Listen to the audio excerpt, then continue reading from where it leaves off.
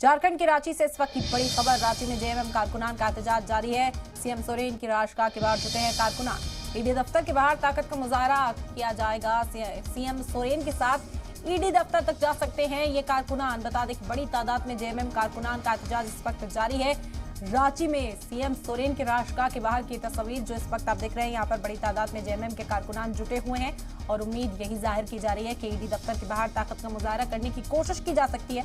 बता दें कि जेएमएम की जानिब से साफ तौर पर इल्जाम लगाया गया कि सियासी साजिश के तहत कार्रवाई को अंजाम दिया जा रहा है।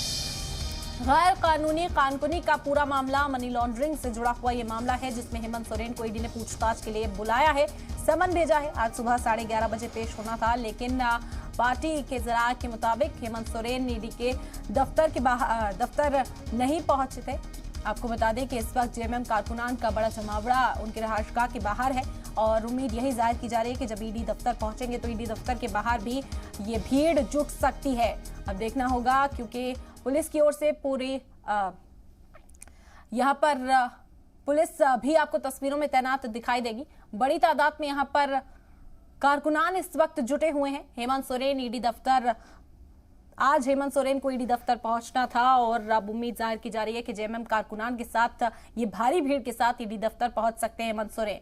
ईडी दफ्तर के बाहर भी ये जमावड़ा देखने को मिल सकता है। बड़ी खबर है जिस वक्त आप देख रहे हैं, झारखंड के रांची से इस वक्त की बड़ी खबर है। रांची में जेएमएम कारकुनान का एहतजाज जारी है। सीएम सोरेन की राजगाह के बाहर जुटे हैं ये कारकुनान। ईडी दफ्तर के बाहर ताकत का मुजाहरा कर सकते हैं।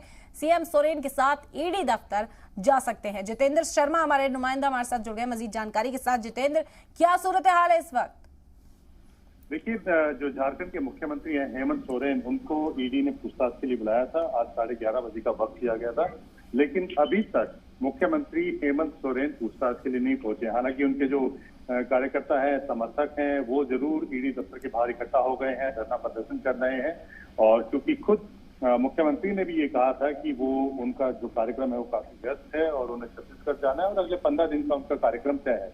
अब देखना ये होगा कि क्या मुख्यमंत्री हेमंत सोरेन पूछताछ के लिए ईडी के दफ्तर जाते हैं या नहीं जाते हैं, ये अभी तक तय नहीं है। उनकी तरफ से कोई इस तरह की बात भी नहीं की गई है। जी जितेंद्र, इस वक्त ये भी जानकारी है कि हेमंत सोरेन की रिहायशगाह के बाहर भी जेएमएम के कारकुनान का जमावड़ा देखा जा सकता है।